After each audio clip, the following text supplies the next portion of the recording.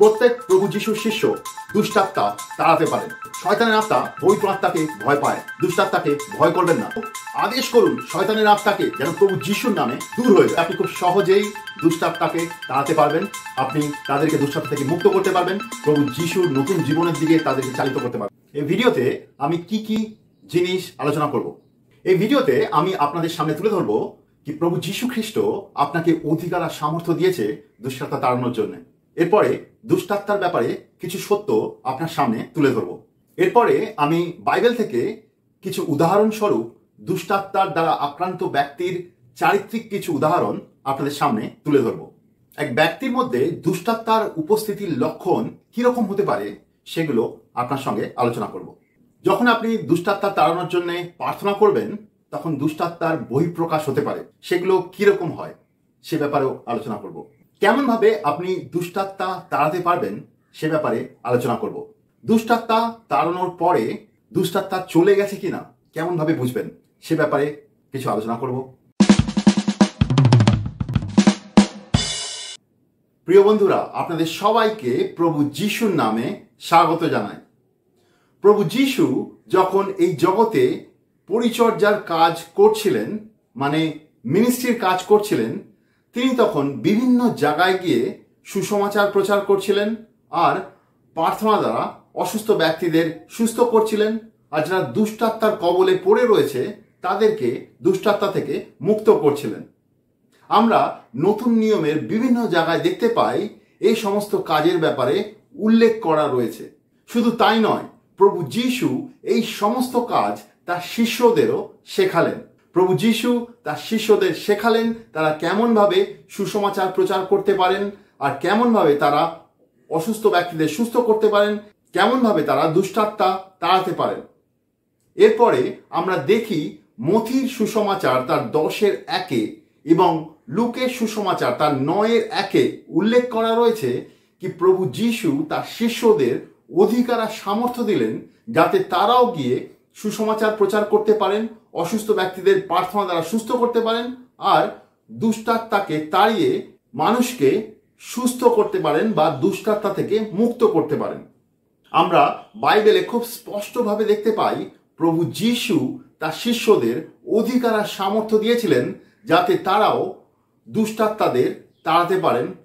আপনাদের এরকম মনে হতে পারে কি প্রভু যিশু তার 12 জন শিষ্যকে শুধু এই অধিকার আর সামর্থ্য দিয়েছিলেন যাতে তারা অসুস্থদের সুস্থ করতে পারেন আর দুষ্টাত্মাকে তাড়াতে পারেন, কিন্তু এটা সত্য নয়। প্রভু যিশু তার সমস্ত শিষ্যদের অধিকার আর সামর্থ্য দিয়েছিলেন যাতে তারাও গিয়ে অসুস্থ ব্যক্তিদের সুস্থ করতে পারেন, দুষ্টাত্মাকে তাড়াতে পারেন আর সুসমাচার প্রচার করতে পারেন।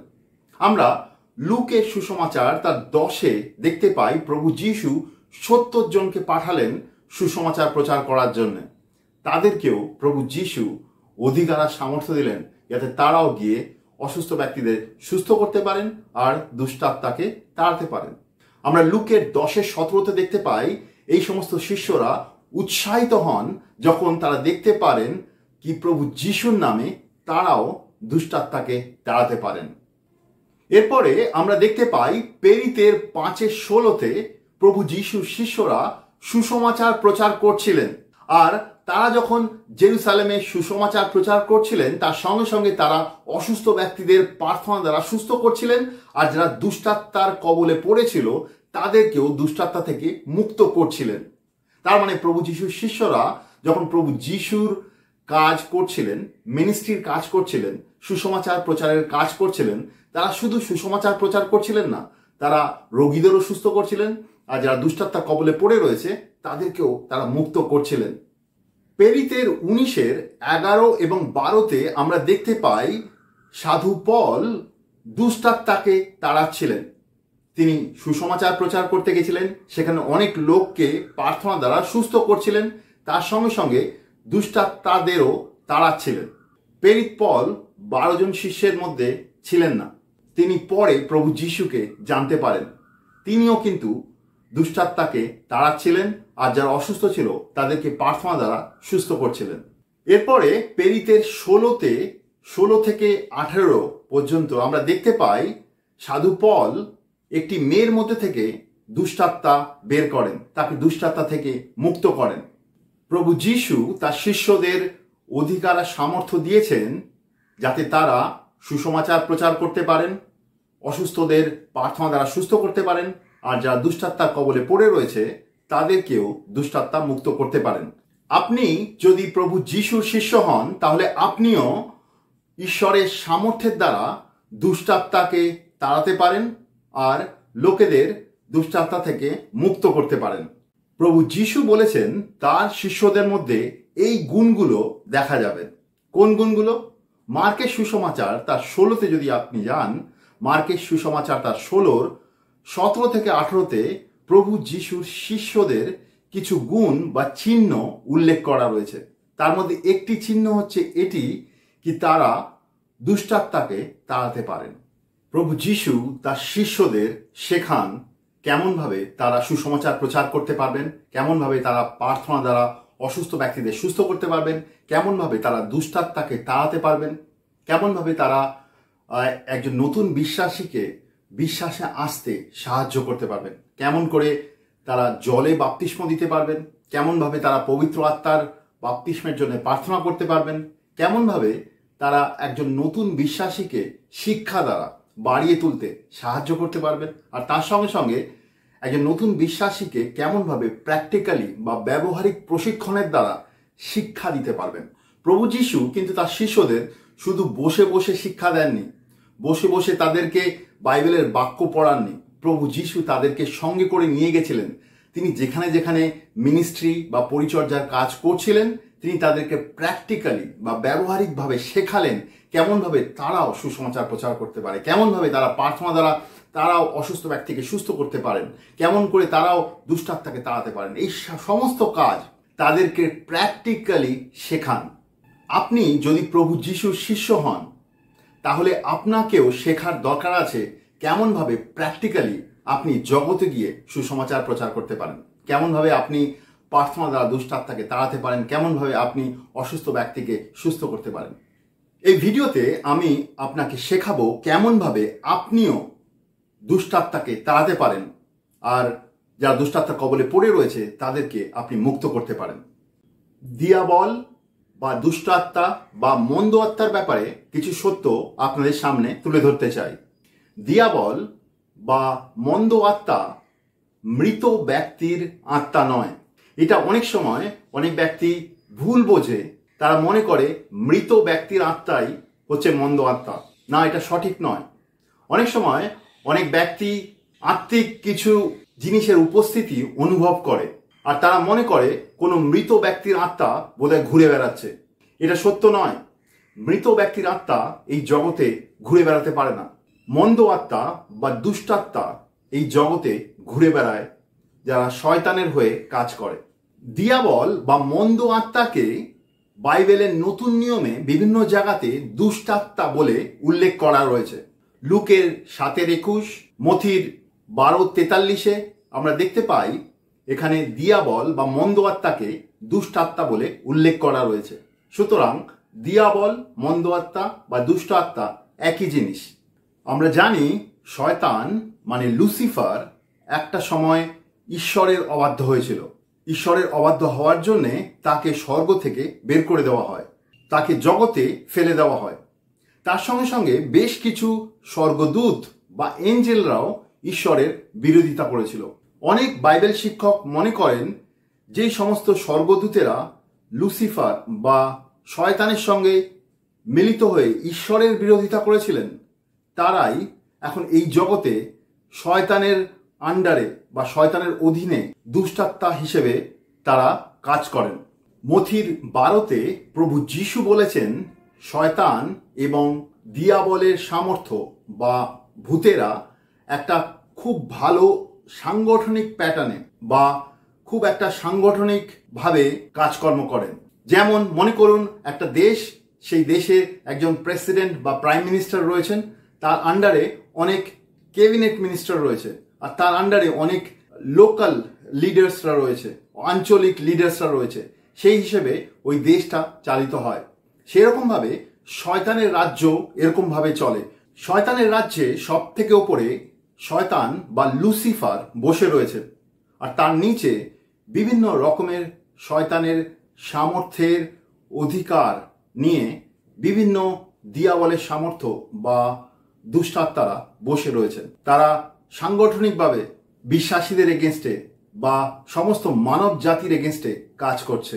শয়তানের আত্মারা বিক্ষিপ্তভাবে কিন্তু কাজ করে না, তারা সাংগঠনিকভাবে। আমাদের এই জিনিসটা বুঝতে হবে। একটা ব্যক্তির এগেনস্টে বা একটা পরিবারের এগেনস্টে বা একটা এরিয়ার এগেনস্টে শয়তান খুব ভালো সাংগঠনিকভাবে কাজ করে, যাতে সেই ব্যক্তিকে বা সেই পরিবারকে সে ধ্বংস করতে পারে। সেই জন্যে আমাদের ঈশ্বরের সামর্থ্যের প্রয়োজন আছে।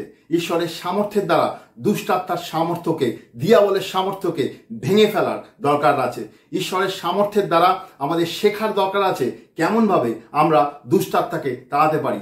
পরবর্তী বিষয় হচ্ছে, শয়তানের আত্মা ঈশ্বরের আত্মার উপস্থিতি সহ্য করতে পারে না।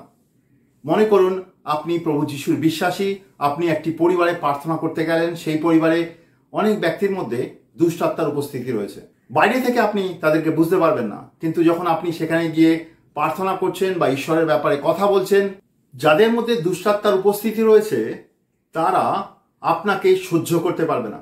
তাদের মধ্যে কিছু আনন্যাচারাল বা অপ্রাকৃতিক ব্যবহার আপনি দেখতে পারেন, কারণ দুষ্টাত্মা পবিত্র আত্মার উপস্থিতি সহ্য করতে পারে না। যাদের মধ্যে দুষ্টাত্মার উপস্থিতি রয়েছে তারা ঈশ্বরের উপস্থিতিতে বসতে চান না, ঈশ্বরের বাক্য শুনতে চান না।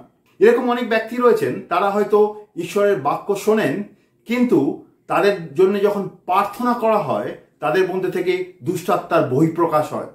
কখনো কখনো একটি পরিবারে একাধিক ব্যক্তির মধ্যে দুষ্টাত্মা থাকতে পারে। যখন আপনি সেই বাড়িতে গিয়ে প্রার্থনা করা বা ঈশ্বরের বাক্যের ব্যাপারে আলোচনা করতে যাচ্ছেন, তখন এমন হতে পারে সেই পরিবারের মধ্যে আনন্যাচারালি ঝগড়া বা লড়াই শুরু হয়ে যায়, বা এমন কিছু জিনিস শুরু হয়ে যায় যাতে আপনি সেখানে প্রার্থনা করা বা ঈশ্বরের বাক্য শেয়ার করতে, ঈশ্বরের বাক্যের ব্যাপারে আলোচনা করতে পারবেন না।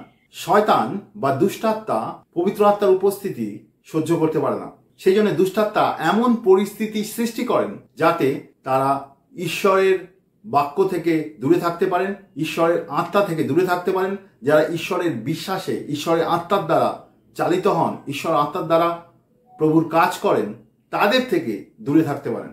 যোহনের 10:10 প্রভু যিশু বলছেন কি শয়তান চান আমাদের থেকে শান্তি, আনন্দ চুরি করতে, আমাদেরকে মারতে আর আমাদের সম্পূর্ণ ধ্বংস করতে। দুষ্টাত্মারাও সেই কাজই করতে চান আপনার জীবনে, আপনার পরিবারের জন্য। সে আপনার জীবন থেকে শান্তি, আনন্দ চুরি করতে চান, আপনাকে মারতে চান বিভিন্নভাবে, আর সর্বশেষ আপনাকে এমনভাবে ধ্বংস করতে চান কি আপনি যেন ঈশ্বরের সঙ্গে স্বর্গে গিয়ে না বসবাস করতে পারেন। প্রভু যিশু বলেছেন যে তিনি এই জন্য এসেছেন যাতে তিনি আমাদেরকে জীবন দিতে পারেন, অনন্ত জীবন। প্রভু যিশু আমাদের শয়তানের রাস্তা থেকে, শয়তানের হাত থেকে উদ্ধার করতে পারেন আর অনন্ত জীবন দিতে পারেন। পরবর্তী বিষয় হচ্ছে, শয়তানের আত্মা সবসময় একটি শরীর খুঁজে বেড়ায় যার ভেতরে গিয়ে শয়তানের আত্মা থাকতে পারে। এটা কোনো মানুষের শরীর হতে পারে বা কোনো পশুর শরীর হতে পারে। আমরা মথির 12:43 আর লুকের 11:24 দেখতে পাই কি শয়তানের আত্মা একটি শরীর খুঁজে বেড়াচ্ছিল যাতে তারা সেখানে গিয়ে থাকতে পারে। শয়তানের আত্মা মানুষের শরীরের ভেতরেও থাকতে পারে বা পশুর শরীরের ভেতরেও থাকতে পারে। শয়তানের আত্মার কোনো শরীর নেই, তারা শরীর খুঁজে বেড়ায়। কোনো মানুষ যদি পাপের রাস্তায় চলে তাহলে সেই মানুষ শয়তানের আত্মাকে তার জীবনে থাকতে জায়গা দেয়। কোনো ব্যক্তি যদি লাগাতার পাপের মধ্যে চলে, পাপের রাস্তার মধ্যে চলে, তাহলে সেই ব্যক্তি শয়তানকে থাকতে জায়গা দেয় নিজের জীবনে। কিন্তু ঈশ্বর আমাদের করুণাময়, তিনি আমাদের ভালোবাসেন, তিনি আমাদের সাহায্য করেন শয়তানের সামর্থ্য থেকে বেরিয়ে আসার জন্য।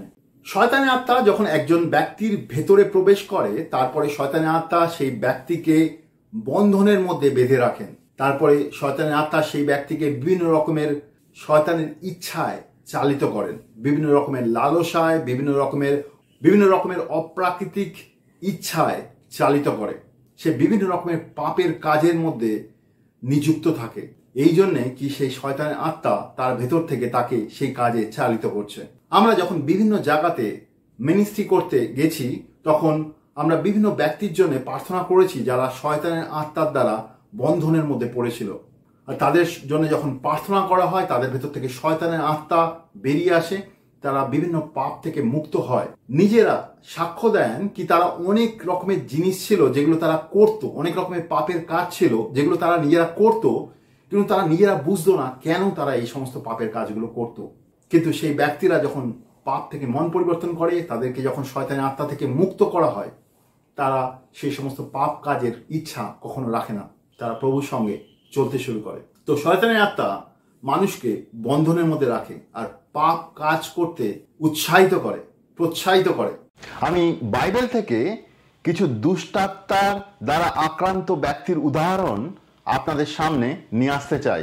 আমাদের বুঝতে হবে দুষ্টাত্মার দ্বারা আক্রান্ত ব্যক্তিরা কিরকম ছিল, তারা কিরকম ব্যবহার করছিল। প্রথমেই মার্কের 5:1-20 এমন একজন ব্যক্তিকে দেখতে পাই যিনি ভূতগ্রস্ত ছিল আর কবরের মধ্যে জীবনযাপন করত। তিনি পাগলদের মতন ছিলেন আর তার মধ্যে অসাধারণ শক্তি ছিল। তিনি পাথর দিয়ে নিজের শরীরকে ক্ষতবিক্ষত করতেন আর অন্যান্য লোকেদের থেকে তিনি দূরে থাকতেন। তিনি একাকিত্বে ওই কবরস্থানে নিজের জীবন কাটাতেন। তিনি সাধারণত কোনো লোকের সঙ্গেই কথা বলতেন না, সমস্ত লোক তাকে ভয় পেত। প্রভু যীশু তার মধ্যে থেকে অনেক দুষ্টাত্মা দূর করেন, তিনি সম্পূর্ণ মুক্ত হন। পরে প্রভু যীশু তাকে পরিচর্যার কাজের জন্য বা মিনিস্ট্রির কাজের জন্য পাঠান।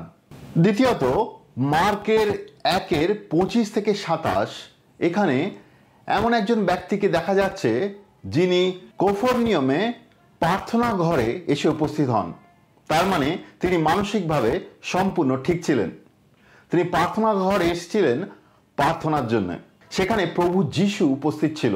প্রভু যীশুর উপস্থিতিতে শয়তানের আত্মা তার মধ্যে থেকে কথা বলতে শুরু করে আর প্রভু যীশু তাকে সম্পূর্ণ শয়তানের আত্মা থেকে মুক্ত করেন।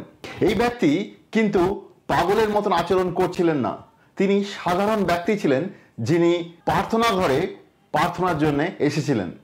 তৃতীয়ত আমরা মথির 17-তে দেখতে পাই একটি ছেলে ভূতগ্রস্ত ছিল যে মৃগী রোগীর মতন আচরণ করছিল। তার পিতা তাকে প্রভু যীশুর কাছে নিয়ে আসেন সুস্থ করার জন্য। তার মুখ দিয়ে ফেনা বেরোচ্ছিল, সে অনেকবার আত্মঘাতী হওয়ার চেষ্টা করেছিল। তো এই ব্যক্তিও সাধারণ ব্যক্তির মতন ছিলেন না, তার মৃগী রোগ আসতো আর তার সঙ্গে সঙ্গে মুখ দিয়ে ফেনা বেরোতো আর সে আত্মঘাতী চিন্তা তার মাথার ভেতরে চলতো। প্রভু যীশু এই ছেলেকে সম্পূর্ণ সুস্থ করেছিলেন। মথির 9-এ আমরা দেখতে পাই একজন ব্যক্তির ভেতরে দুষ্টাত্মা ছিল আর তিনি বোবা হয়ে গিয়েছিলেন। প্রভু যীশু তার ভেতর থেকে দুষ্টাত্মা দূর করেন আর সেই ব্যক্তি কথা বলতে শুরু করেন। দুষ্টাত্মা এই ব্যক্তিকে বোবা বানিয়ে রেখেছিল। এরপরে আমরা মথির 12-তে দেখতে পাই একজন ব্যক্তি দুষ্টাত্মার দ্বারা বোবা আর অন্ধ হয়েছিল। প্রভু যীশু তার মধ্যে থেকে দুষ্টাত্মা বের করে দেন। তারপরে তিনি কথাও বলতে শুরু করেন আর দেখতেও পান। দুষ্টাত্মার জন্য এই ব্যক্তি বোবা আর অন্ধ ছিল।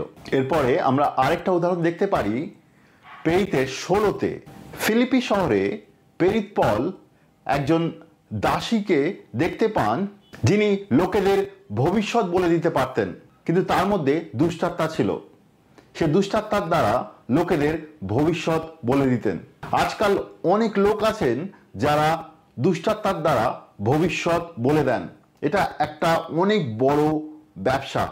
দুষ্টাত্মা সেই দাসীর মধ্যে দিয়ে লোকেদের বলতে শুরু করলো কি সাধু পল মহান ঈশ্বরের দাস, আর সাধু পল যে কথা বলছে তার দ্বারা উদ্ধার পাওয়া যায়। এটা খুব ভালো জিনিস দুষ্টাত্মা বলছিল লোকেদের, কিন্তু প্রেরিত পল পবিত্র আত্মার দ্বারা বুঝতে পারে সেই দাসীর মধ্যে দুষ্টাত্মা রয়েছে আর প্রার্থনা দ্বারা সেই দুষ্টাত্মাকে সে দূর করে। আমরা বিভিন্ন উদাহরণ থেকে দেখছি দুষ্টাত্মা যে ব্যক্তির মধ্যে রয়েছে সে কিন্তু পাগলের মতন ব্যবহার করতে পারে, আবার নাও করতে পারে। সে ব্যক্তি সাধারণ ব্যক্তির মতনও হতে পারে যে ব্যক্তি রবিবার প্রার্থনা গৃহে যায়। সে ব্যক্তি এমন হতে পারে তার মধ্যে অনেক রকমের বুদ্ধি আর জ্ঞান আছে। সে ব্যক্তি এমন হতে পারে তার মধ্যে কোনো শারীরিক রোগ আছে। সে ব্যক্তি ঈশ্বরের প্রশংসাও করতে পারে, ঈশ্বরের লোকেদেরও প্রশংসা করতে পারে। কিন্তু আপনি যদি পবিত্র আত্মার দ্বারা চালিত হন, আপনি বুঝতে পারবেন কার ভেতরে দুষ্টাত্মা রয়েছে। পবিত্র আত্মা আপনাকে বুঝতে সাহায্য করবে।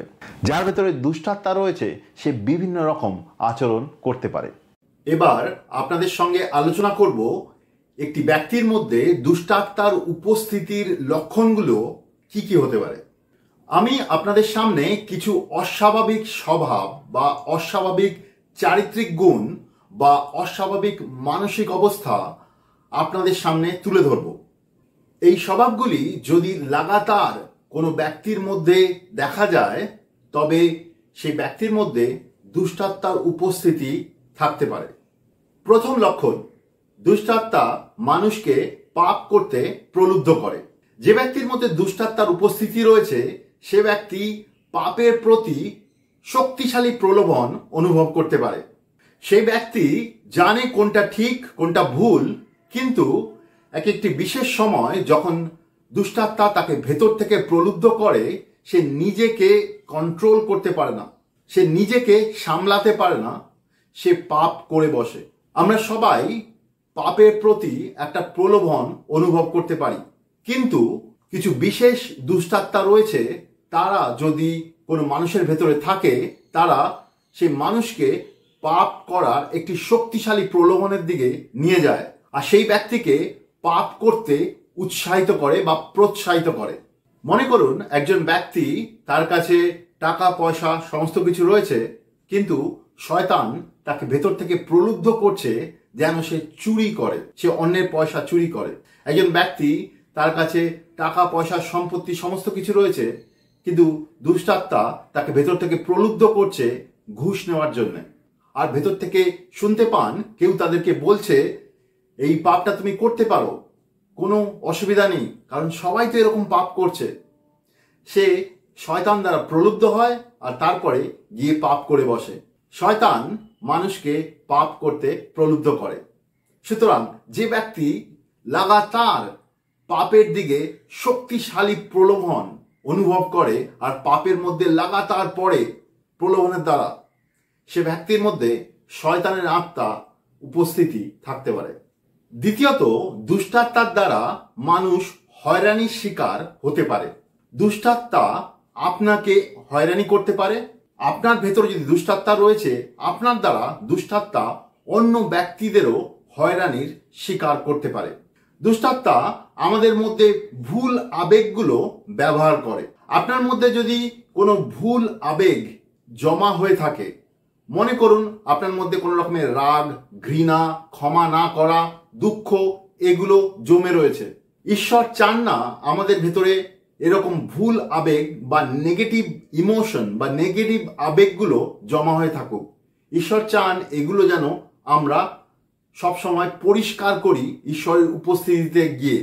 কিন্তু অনেক ব্যক্তি তার হৃদয়ের ভুল আবেগ বা নেগেটিভ ইমোশনগুলো পরিষ্কার করে না। তাদের ভেতরে রাগ, ঘৃণা, দুঃখ, ভয় এগুলো জমে রয়েছে অনেক সময় ধরে।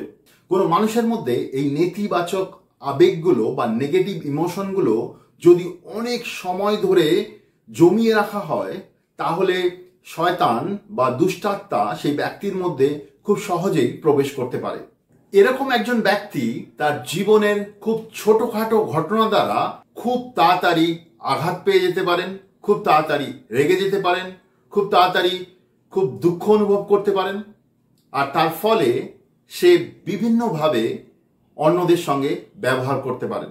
দুষ্টাত্মা তাকে ভেতর থেকে এই সমস্ত করার জন্য প্রলুব্ধ করতে পারেন। সে হঠাৎ করে রেগে গিয়ে অন্য ব্যক্তিদের খুব খারাপ কথা বলতে পারেন, বা জিনিসপত্র ছুঁড়ে মারতে পারেন, বা খুব খারাপভাবে ব্যবহার করতে পারেন।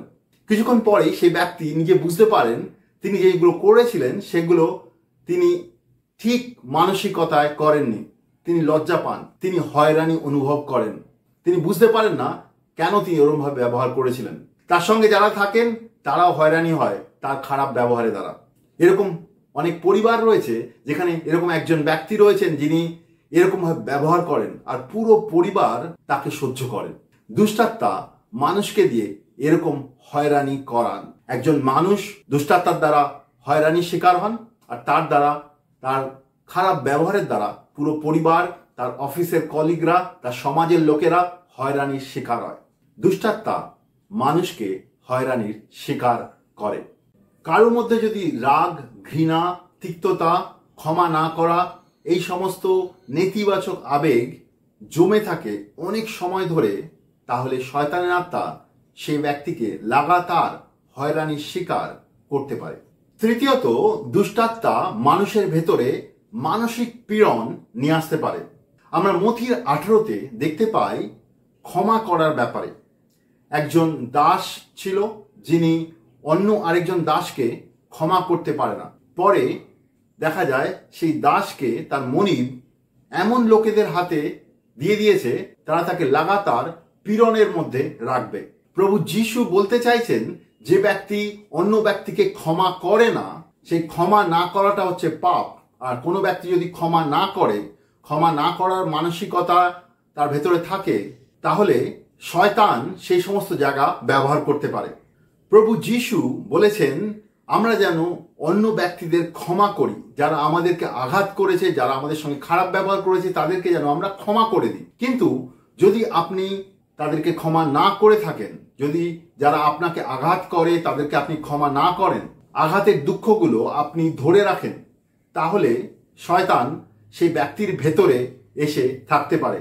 আপনি যদি অন্য ব্যক্তিদের ক্ষমা না করেন, তাহলে দুষ্টাত্মা আপনার ভেতরে এক রকমের পীড়ন বা মানসিক রোগ নিয়ে আসতে পারে। অনেক ব্যক্তি রয়েছেন তারা অন্যদের ক্ষমা করতে পারেন না, সেই জন্যে বিভিন্ন রকমের মানসিক রোগ দেখা যায়। তারা রাতে ঘুমোতে পারেন না, তাদের ব্লাড প্রেশার খুব হাই থাকে, তারা বিভিন্ন রকমের মেডিকেশনের ভেতর দিয়ে বা ওষুধ খেতে শুরু করেন, কিন্তু তাদের রোগ সারে না।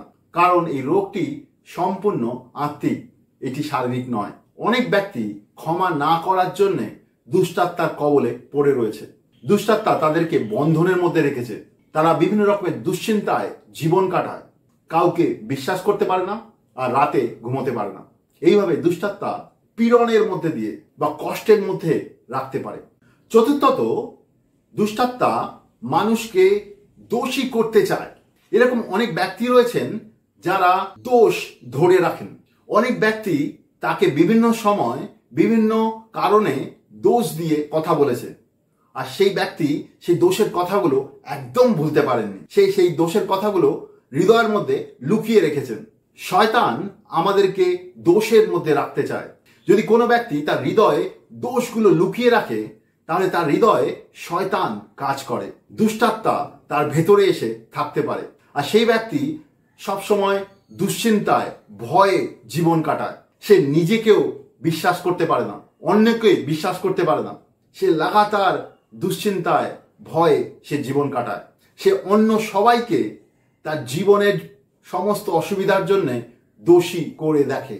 যে ব্যক্তি লাগাতার দোষ নিয়ে ঘুরে বেড়ায়, সে ব্যক্তির মধ্যে দুষ্টাত্মার উপস্থিতি থাকতে পারে। পঞ্চম লক্ষণ হলো, দুষ্টাত্মা মানুষকে বাধ্য করতে পারে কোনো আসক্তির দিকে। দুষ্টাত্মা একটি মানুষকে বিভিন্ন রকমের আসক্তি, যেমন ড্রাগস, অ্যালকোহল বা মদ পান করা বা স্মোকিং বা ধূম্রপান করা, আর বিভিন্ন রকমের আসক্তির দিকে তাকে নিয়ে যেতে পারে। সে ব্যক্তি সেই সমস্ত আসক্তি করতে বাধ্য হতে পারে ভেতর থেকে, যেহেতু তার ভেতরে সেই দুষ্টাত্মা রয়েছে। আমরা একসময় এক ব্যক্তিকে প্রার্থনার দ্বারা সাহায্য করছিলাম। সে ব্যক্তি আমাদেরকে বলল সে বেশ কিছু বছর ধরে কোনো মণ্ডলীতে যাচ্ছে আর সে বাইবেল পড়ছে, প্রার্থনা করছে, কিন্তু মদ পান করার দিকে তার আসক্তি রয়েছে। সন্ধে হলেই কোনো কিছু তাকে বাধ্য করে সে যেন মদ পান করতে যায়। তারপরে আমরা তার জন্য যখন প্রার্থনা করতে শুরু করলাম, তার ভেতর থেকে বেশ কিছু দুষ্টাত্মা বেরিয়ে এলো। আর তার ভেতর থেকে যখন দুষ্টাত্মা বেরিয়ে এলো, সে সম্পূর্ণ মুক্ত অনুভব করলো। তার কিছুদিনের মধ্যে তার বাবা আমাকে ফোন করে জানায় তার ছেলে মদ পান করা একদমই বন্ধ করে দিয়েছে, আর তার বন্ধুরা যারা মদ পান করত তাদেরকে সে এখন সুসমাচার শোনাচ্ছে। আপনার ভেতরে দুষ্টাত্মা থাকতে পারে যেটা আপনাকে কোনো আসক্তির দিকে যেতে বাধ্য করছে। আপনি অনেক চাইছেন, সেই আসক্তির দিকে আপনি যাবেন না, আপনি বোঝেন সেই জিনিসটা খারাপ, কিন্তু আপনি নিজেকে সামলাতে পারেন না, যেহেতু আপনার ভেতরে সেই দুষ্টাত্মা রয়েছে। সমস্ত আসক্তি দুষ্টাত্মা থেকে নয়, কিন্তু বেশ কিছু ব্যক্তি দুষ্টাত্মার জন্যে এরকম বিভিন্ন আসক্তির মধ্যে পড়ে রয়েছেন। তাদের যখন প্রার্থনা করে দুষ্টাত্মা মুক্ত করা যাবে, তখন তারা সমস্ত আসক্তি থেকে মুক্ত হবে। 6th পয়েন্ট হচ্ছে দুষ্টাত্মা মানুষকে কোনো পাপের কৃতদাস হিসেবে বন্ধনে বেঁধে রাখতে পারে। অনেক ব্যক্তি রয়েছেন তারা দুষ্টাত্মার জন্যে বিভিন্ন রকমের সেক্সুয়াল সিন বা যৌন পাপের কৃতদাস হয়ে রয়েছেন। তারা পোর্নোগ্রাফি দেখেন বা যৌন চলচ্চিত্র দেখেন, আর তারা হস্তমৈথুন করেন। তারা কন্টিনিউয়াস এই জিনিসটা তাদের জীবনে করে আসছেন। তারা নিজেরা চান না এই জিনিসগুলো কন্টিনিউ করতে, তারা সেখান থেকে বেরিয়ে আসতে চান, কিন্তু এরকম প্রলোভন অনুভব করেন আর তারপরে তাদের নিজেদের ওপরে কোনো কন্ট্রোল থাকে না। এরকমভাবে দুষ্টাত্মা অনেক ব্যক্তিকে কৃতদাসের মতন বানিয়ে রেখেছে, তাদের মানসিক আর শারীরিক বন্ধনের মধ্যে ধরে রেখেছে। তারা চাইলেও সেখান থেকে বেরিয়ে আসতে পারে না। এই জন্যে অনেকে খারাপ মানসিকতায় জীবন কাটাচ্ছেন। অনেক ব্যাচেলার ছেলে বা মেয়ে তারা মনে করেন কি তারা বিবাহিত নয়, সেই জন্য বোধহয় তারা এই জিনিসগুলো করছেন, কিন্তু তারা বিয়ের পরেও এই স্বভাব থেকে বেরিয়ে আসতে পারে না। অনেকে বলে এই পোর্নোগ্রাফি এবং মাস্টারবেশন বা হস্তমৈথুন তো কোনো পাপ নয়, কারণ এটা আমি কারো বিপক্ষে করছি না, কিন্তু ঈশ্বরের বাক্য বলে এই সমস্ত যৌন পাপ আমরা আমাদের নিজেদের শরীরের এগেনস্টে, আমাদের নিজেদের শরীরের ওপরে করছি। আমাদের শরীর হচ্ছে ঈশ্বরের মন্দির, পবিত্র আত্মার মন্দির। সেই জন্য আপনি যখনই এই সমস্ত যৌন পাপে লিপ্ত হচ্ছেন, আপনি ঈশ্বরের মন্দিরের বিপক্ষে, ঈশ্বরের আত্মার বিপক্ষে কাজ করছেন। যখন আপনি যৌন পাপে লিপ্ত হচ্ছেন, তখন আপনি আত্মিকভাবে দুষ্টাত্মার সঙ্গে সম্পর্ক তৈরি করছেন। 7ম পয়েন্ট, শয়তানের আত্মা আপনার মনকে অপবিত্র করতে পারে। আমরা অনেক সময় বুঝি না আমাদের মনের মধ্যে যে চিন্তাগুলো আসে, সেই চিন্তাগুলো সবসময় আমাদের নিজের নয়। দুষ্টাত্মাও আপনার মনের মধ্যে দুশ্চিন্তা নিয়ে আসতে পারে। অনেক ব্যক্তি রয়েছেন তাদের মনের মধ্যে লাগাতার নোংরা চিন্তা আসে, তারা চাইলেও সেই নোংরা চিন্তাগুলোকে আটকাতে পারে না। তারা মনে করে মনের কোনো রকমের কন্ট্রোল বা নিয়ন্ত্রণ বোধহয় সম্ভব নয়, কিন্তু এটা সত্য নয়। আপনি আপনার মনের চিন্তাকে নিয়ন্ত্রণ করতে পারেন, আপনি ভুল চিন্তা বা নোংরা চিন্তাকে আটকাতে পারেন। তো লাগাতার দুশ্চিন্তা মনের মধ্যে আসাটাও দুষ্টাত্মার লক্ষণ হতে পারে। দুষ্টাত্মা একজন ব্যক্তিকে ক্লান্ত বা ঘুমের মধ্যে নিয়ে যেতে পারে। অনেকের ভেতরে শয়তানের আত্মা রয়েছে, আর শয়তানের আত্মা চায় না সেই ব্যক্তি ঈশ্বরের বাক্য শুনুক। শয়তানের আত্মা চায় না সে ব্যক্তির জন্য অন্য কেউ প্রার্থনা করুক। সেই জন্যে সে ব্যক্তি যখনই প্রার্থনায় বসে বা বাইবেল পড়তে বসে, সে ভেতর থেকে ক্লান্তি অনুভব করে বা দুর্বলতা অনুভব করে, আর সে ঘুমিয়ে পড়ে। আমরা এরকম একজন ব্যক্তির সঙ্গে ফেলোশিপ করতাম। তিনি যখনই বাইবেলের প্রভুর বাক্যের ব্যাপারে আমরা কোনো কিছু আলোচনা করব, তিনি ঘুমিয়ে পড়তেন। আমি অনেক দিন ধরে লক্ষ্য করছিলাম যখনই আমরা প্রভুর বাক্যের ব্যাপারে আলোচনা করতাম, তিনি ঘুমিয়ে পড়তেন। তো একদিন আমি প্রভুর বাক্যের ব্যাপারে আলোচনা করতে করতে আমি টপিক বদলে দুনিয়ার ব্যাপারে কথা বলতে শুরু করি, দুনিয়ার বিভিন্ন জিনিসের ব্যাপারে কথা বলতে শুরু করি। দেখি কি উনি ঘুম থেকে উঠে যান আর তিনি আমাদের সঙ্গে ওইসব ব্যাপারে আলোচনা করতে শুরু করেন। তিনি একদমই ক্লান্ত ছিলেন না, কিন্তু কিছুক্ষণ পরে যখন আমি আবার টপিককে চেঞ্জ করে দিই, আবার প্রভুর বাক্যের ব্যাপারে কথা বলি, তিনি আবার ঘুমিয়ে পড়েন। তার সঙ্গে যখন কথা বলা যায়, তিনি বলেন কেউ যদি প্রভুর বাক্যের ব্যাপারে কথা বলে, তো তিনি ভেতর থেকে প্রচন্ড ক্লান্তি অনুভব করেন, আর তিনি আর বসে থাকতে পারেন না, তার প্রচন্ড ঘুম আসে। তিনি যখন বাইবেল খুলে বসেন, তিনি পড়তে চান, তিনি পড়তে পারেন না, 2-3টে লাইন পড়ার পরে তার প্রচন্ড ঘুম আসে। এগুলো দুষ্টাত্মার লক্ষণ হতে পারে। দুষ্টাত্মা কোনো ব্যক্তিকে লাগাতার অসুস্থতার মধ্যে রাখতে পারে। আমরা বাইবেলে দেখতে পাই মথির 17 আর মার্কের 9 উল্লেখ করা রয়েছে এরকম একজন ব্যক্তির ব্যাপারে যিনি মৃগী রোগে ভুগছিলেন। তার পিতা তাকে প্রভু যিশুর শিষ্যদের কাছে নিয়ে আসেন যাতে প্রভু যিশুর শিষ্যরা তাকে সুস্থ করতে পারেন। পরে আমরা জানি প্রভু যিশু সেই ছেলের মধ্যে থেকে দুষ্টাত্মা দূর করেন আর সেই ছেলে সম্পূর্ণ সুস্থ হয়। দুষ্টাত্মা অসুস্থতা নিয়ে আসতে পারে, কিন্তু সমস্ত অসুস্থতা দুষ্টাত্মা থেকে নয়।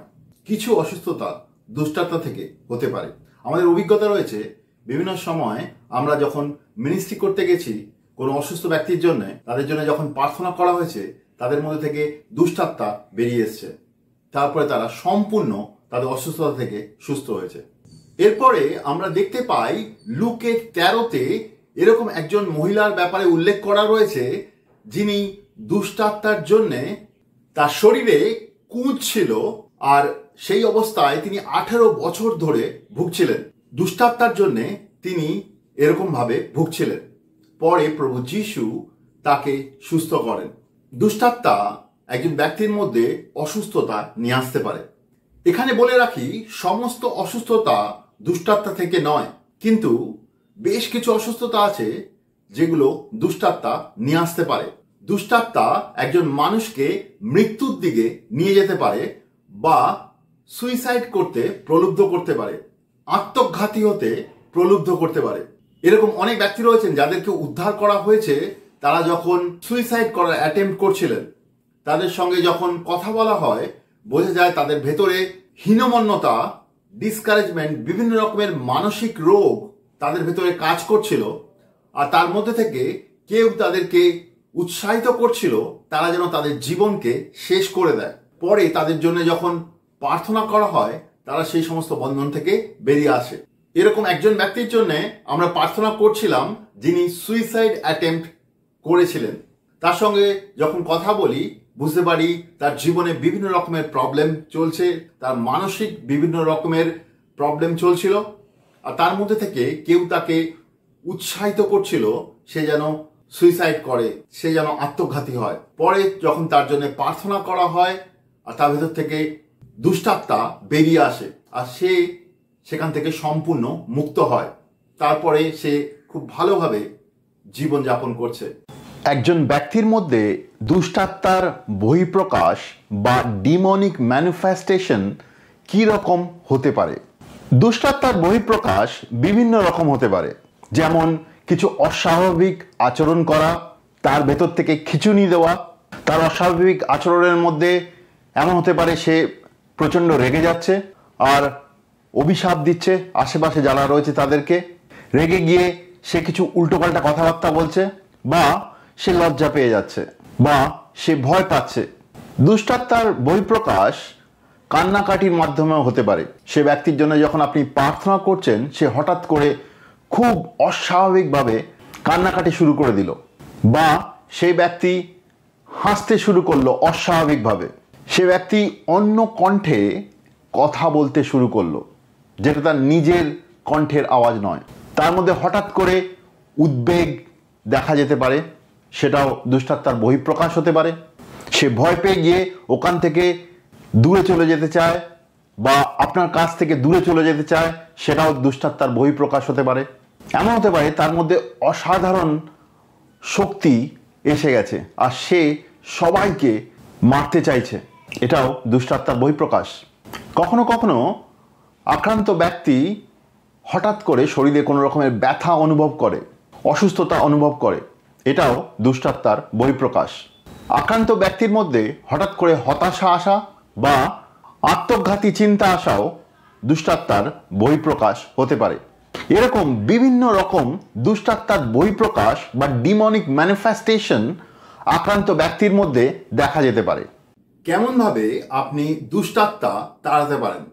প্রথমেই আপনাকে বুঝতে হবে প্রভু যিশু আপনাকে অধিকার আর সামর্থ্য দিয়েছেন কি আপনি দুষ্টাত্মাকে তাড়াতে পারেন। আপনাকে সেটা বুঝতে হবে আর বিশ্বাস করতে হবে। দ্বিতীয়ত, যখন আপনি দুষ্টাত্মাগ্রস্ত ব্যক্তির জন্য প্রার্থনা করছেন তখন দুষ্টাত্মা সে ব্যক্তির মধ্যে থেকে উদ্ভাসিত হতে পারে বা ইংলিশে বলে ম্যানিফেস্টেশন হতে পারে। সে ব্যক্তি বিভিন্নভাবে চিৎকার চেঁচামেচি, তার মধ্যে থেকে বিভিন্ন রকমের অঙ্গভঙ্গির দ্বারা দুষ্টাত্মার বহিঃপ্রকাশ হতে পারে। আপনাকে তার জন্য প্রস্তুত থাকতে হবে। অনেক সময় আপনি প্রার্থনা শুরু করার আগেই দুষ্টাত্মার বহিঃপ্রকাশ বা দুষ্টাত্মার ম্যানিফেস্টেশন হতে পারে। আপনাকে তার জন্য প্রস্তুত থাকতে হবে। তৃতীয়ত, ওই ব্যক্তির মধ্যে থেকে যখন দুষ্টাত্মার বহিঃপ্রকাশ হবে বা ডিমনিক ম্যানিফেস্টেশন হবে, তখন আপনি যেন ভয় না পান। দুষ্টাত্মা আপনাকে ভয় দেখানোর চেষ্টা করছে যাতে আপনি প্রার্থনা করা বন্ধ করে দেন। দুষ্টাত্মাকে ভয় করবেন না। দুষ্টাত্মা বুঝতে পেরে যায় সেই ব্যক্তির ভেতরে আর থাকতে পারবে না, সেই জন্য বিভিন্ন রকম ভাবে ভয় দেখিয়ে আপনাকে প্রার্থনা করা থেকে বিরত হতে বলে, আপনাকে প্রার্থনা করা থেকে আটকানোর চেষ্টা করে। দুষ্টাত্মাকে ভয় করবেন না, দুষ্টাত্মা আপনাকে ভয় করে। প্রথম যোহনের 4:4 লেখা আছে, এই জগতে যিনি আছেন তার থেকেও বেশি আপনার ভেতরে যে পবিত্র আত্মা রয়েছেন তিনি শক্তিশালী। আপনার ভেতরে পবিত্র আত্মা রয়েছেন। শয়তানের আত্মা পবিত্র আত্মাকে ভয় পায়। দুষ্টাত্মাকে ভয় করবেন না। চতুর্থত, আদেশ করুন শয়তানের আত্মাকে যেন প্রভু যিশুর নামে দূর হয়ে যায়। আপনি এরকম বলতে পারেন, দুষ্টাত্মা প্রভু যিশুর নামে দূর হয়ে যাও এই ব্যক্তির শরীর থেকে। দুষ্টাত্মা, তোমাকে আমি আদেশ করছি প্রভু যিশুর নামে এই ব্যক্তির শরীর থেকে সম্পূর্ণ দূর হয়ে যাও।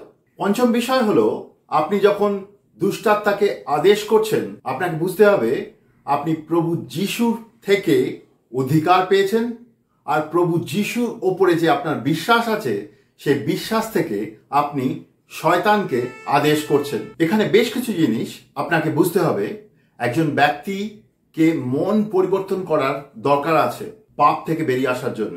পাপের জন্য অনেক সময় শয়তানের আত্মা কোনো ব্যক্তির ভেতরে থাকে, সেই জন্য যখন সে পাপ থেকে মন পরিবর্তন করে, শয়তানের আত্মা তার ভেতরে আর থাকতে পারে না। সেই জন্য তাকে পাপ থেকে মন পরিবর্তনের জন্য বলতে পারেন। সে যদি পাপ থেকে মন পরিবর্তন করে, তারপরে দুষ্টাত্মা তাড়ানো খুব সহজ হয়ে যেতে পারে। অনেক সময় ওই ব্যক্তি তার পাপের ব্যাপারে কিছুই বুঝতে পারে না বা কিছুই মনে করতে পারে না, তখন পবিত্র আত্মার সাহায্য নিতে পারে। পবিত্র আত্মা আপনাকে সাহায্য করতে পারে বুঝতে সে ব্যক্তির ভেতরে যদি কোনো রকমের পাপ থাকে যেগুলো থেকে তাকে মন পরিবর্তন করার দরকার আছে। ওই ব্যক্তি যদি বিভিন্ন রকমের শয়তানের আরাধনা বা জাদু টোনার মধ্যে যুক্ত ছিল বা উইচক্রাফটের মধ্যে যুক্ত ছিল, তো তাকে সেখান থেকে মন পরিবর্তন করতে আপনি সাহায্য করতে পারেন। যে ব্যক্তির মধ্যে দুষ্টাত্মা রয়েছে সে ব্যক্তি যদি কোনো রকমের আত্মিক বন্ধনে কারোর সঙ্গে যুক্ত ছিল, তো তাকে সেখান থেকে মন পরিবর্তন করতে আপনি সাহায্য করতে পারেন। ওই ব্যক্তি যদি কোনো রকমের রক্তের বন্ধন বা কোনো রকমের মানত করা এই সমস্ত জিনিসের সঙ্গে যুক্ত ছিল, তাহলে সেখান থেকে তাকে মন পরিবর্তন করতে সাহায্য করতে পারেন। এই সমস্ত কারণের জন্যও কোনো ব্যক্তির ভেতরে দুষ্টাত্মা থাকতে পারে। ওই ব্যক্তি যদি কোনো রকম রক্তের বন্ধন, জীবন উৎসর্গ করা বা মানত করা এরকম কোনো রকমের বন্ধনে আবদ্ধ ছিল, তবে সেখান থেকে তাকে মন পরিবর্তন করতে সাহায্য করতে পারেন। এই সমস্ত কারণের জন্য কোনো ব্যক্তির ভেতরে দুষ্টাত্মা থাকতে পারে। ষষ্ঠ পয়েন্ট, পবিত্র আত্মা আপনাকে দুষ্টাত্মার নাম বলতে পারেন। অনেক সময় আপনি যখন ব্যক্তির জন্য প্রার্থনা করছেন আর দুষ্টাত্মার বহিঃপ্রকাশ হচ্ছে, পবিত্র আত্মা আপনার মনের মধ্যে দুষ্টাত্মার নাম নিয়ে আসতে পারেন, যেমন ভয়ের আত্মা, রাগের আত্মা, যৌন পাপের আত্মা। তো আপনি সেই দুষ্টাত্মাকে নাম নিয়ে বলতে পারেন, যৌন পাপের আত্মা এই ব্যক্তির শরীর থেকে এখনই বেরিয়ে যাও। ভয়ের আত্মা প্রভু যিশুর নামে এই ব্যক্তির শরীর থেকে এখনই বেরিয়ে যাও। আপনি শয়তানকে নাম নিয়ে আদেশ করতে পারেন। সপ্তম বিষয় হচ্ছে, শয়তানের আত্মা আপনার সঙ্গে কথা বলতে চেষ্টা করতে পারে। শয়তানের আত্মা অধিকাংশ সময় মিথ্যা কথা বলে। আপনি শয়তানের আত্মার সঙ্গে কথা বলতে পারেন, কিন্তু আপনাকে সজাগ থাকতে হবে, যেহেতু শয়তানের আত্মা মিথ্যে কথা বলে। প্রভু যিশুও শয়তানের আত্মার সঙ্গে কথা বলেছিলেন। কিছুদিন আগে আমরা একটি মহিলার জন্য প্রার্থনা করছিলাম, আর শয়তানের আত্মা তার ভেতর থেকে আমাদের কাছে কাকুতি মিনতি করছিল আমরা যেন তাকে আরো কিছু সময় থাকতে দিই সেই মহিলার ভেতরে। আমি শয়তানের আত্মাকে বলি, না, আমরা এটা মানতে পারছি না, তোমাকে এখনই এর ভেতর থেকে বেরিয়ে যেতে হবে। আর শয়তানের আত্মা কিছুক্ষণের মধ্যেই সেই মহিলাকে ছেড়ে বেরিয়ে যায়, সেই মহিলা সম্পূর্ণ মুক্ত হয়। আপনাকে বুঝতে হবে সেই ব্যক্তি কথা বলছে না শয়তানের আত্মা কথা বলছে। পবিত্র আত্মা আপনাকে সাহায্য করবে এগুলো বুঝতে। অষ্টম বিষয় হচ্ছে আপনাকে সব সময় পবিত্র আত্মার উপরে নির্ভর করতে হবে। পবিত্র আত্মা থেকে শোনার চেষ্টা করুন, পবিত্র আত্মা থেকে সত্যগুলো বোঝার চেষ্টা করুন। নিজের বুদ্ধি আর জ্ঞান দিয়ে চালিত হবেন না, পবিত্র আত্মার দ্বারা চালিত হন, তবেই আপনি একজন ব্যক্তিকে দুষ্ট আত্মার বন্ধন থেকে বের করে নিয়ে আসতে পারবেন। নবম বিষয় হলো ওই ব্যক্তি পাপ থেকে মন পরিবর্তন করার পরে তাকে মন পুনর্নবীকরণ করাতে সাহায্য করুন বা মাইন্ড রিনিউয়াল করার জন্য তাকে সাহায্য করুন। অনেক সময় অনেক ব্যক্তি পাপ থেকে তো মন পরিবর্তন করেছে, কিন্তু যেহেতু তারা মনকে বদলাননি, পুরনো মনকে প্রভুর বাক্যর দ্বারা বদলাননি, মনের পুনর্নবীকরণ করেননি, সেই জন্যে শয়তান তার ভেতরে বসে থাকতে পারে। প্রভুর বাক্য দিয়ে আমাদের মনকে পুনর্নবীকরণ করার দরকার আছে। তো যে ব্যক্তি পাপ থেকে মন পরিবর্তন করেছে, তার ভেতর থেকে আপনি দুষ্টাত্মা তাড়িয়েছেন, তাকে মন পুনর্নবীকরণ করতে সাহায্য করুন। দশম বিষয় হলো এরকম হতে পারে কোনো একজন ব্যক্তির মধ্যে বিভিন্ন রকমের দুষ্টাত্মা রয়েছে, আর তাকে সমস্ত দুষ্টাত্মা থেকে বের করে নিয়ে আসতে বেশ কিছু সময় লাগতে পারে। আপনাকে ধৈর্য ধরতে হবে, পবিত্র আত্মার উপরে নির্ভর করতে হবে, আর হতে পারে আপনার অনেক সময় লাগবে, কিন্তু ঈশ্বর আপনাকে সাহায্য করবে। কখনো কখনো আমরা বেশ কিছু দিন ধরে কোনো একজন ব্যক্তিকে প্রার্থনার দ্বারা দুষ্টাত্মা থেকে বের করে নিয়ে এসেছি। নিরাশ হবেন না। কখনো কখনো কোনো ব্যক্তিকে দুষ্টাত্মা থেকে বের করে নিয়ে আসার জন্য বেশ কিছু সময় লাগতে পারে। পরের বিষয় হলো ওই ব্যক্তি যদি অবিশ্বাসী হয়, তাকে গসপেল বা সুসমাচার তার সামনে তুলে ধরতে পারেন, তাকে প্রভু যিশুকে বিশ্বাস করতে সাহায্য করতে পারেন। আপনি যদি কোনো ব্যক্তির জন্য প্রার্থনা করতে যাচ্ছেন আর আপনি জানেন সে ব্যক্তির মধ্যে দুষ্টাত্মা রয়েছে, তাহলে এটা ভালো হবে যদি আপনি আপনার সঙ্গে আরও কিছু বিশ্বাসী ভাই বা বোনদের নিয়ে যান। কারণ একসঙ্গে যদি একাধিক বিশ্বাসী থাকে, তাহলে আপনি খুব কম সময় আর খুব সহজেই দুষ্টাত্মাদের বের করতে পারবেন। লেবীয় পুস্তক তার 26:8 রয়েছে যে 5 জন 100 জনকে তাড়া করবে আর 100 জন 10,000কে তাড়াবে। আপনি যদি সংখ্যায় বেশি হন, তাহলে দুষ্টাত্মা তাড়াতে আপনার সুবিধা হবে। আর সর্বশেষ বিষয় হচ্ছে এটি কি আপনার ভেতরে বিশ্বাস থাকার প্রয়োজন আছে।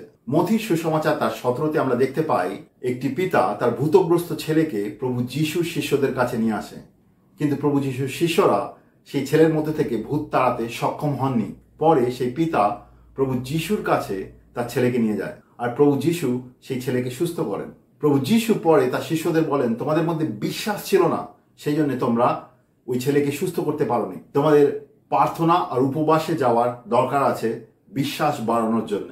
আপনার ভেতরে বিশ্বাস থাকার দরকার আছে, সেই জন্যে আপনার বিশ্বাসী জীবনে প্রার্থনা আর উপবাস যেন লাগাতার চলতে থাকে। আপনি যেন খুব নিয়মিত প্রার্থনা আর উপবাসে যান, ঈশ্বরের সঙ্গে সময় কাটান, যাতে আপনার বিশ্বাস বাড়তে পারে আর আপনি যেন সবসময় তৈরি থাকতে পারেন দুষ্টাত্মাকে তাড়ানোর জন্য।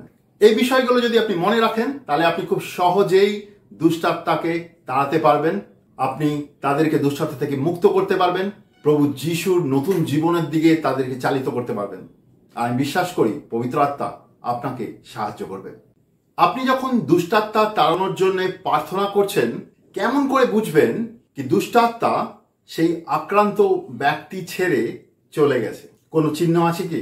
প্রথমেই বলে রাখি, অনেক সময় দুষ্টাত্মা সেই আক্রান্ত ব্যক্তিকে ছেড়ে বেরিয়ে যায় কোনো চিহ্ন ছাড়াই।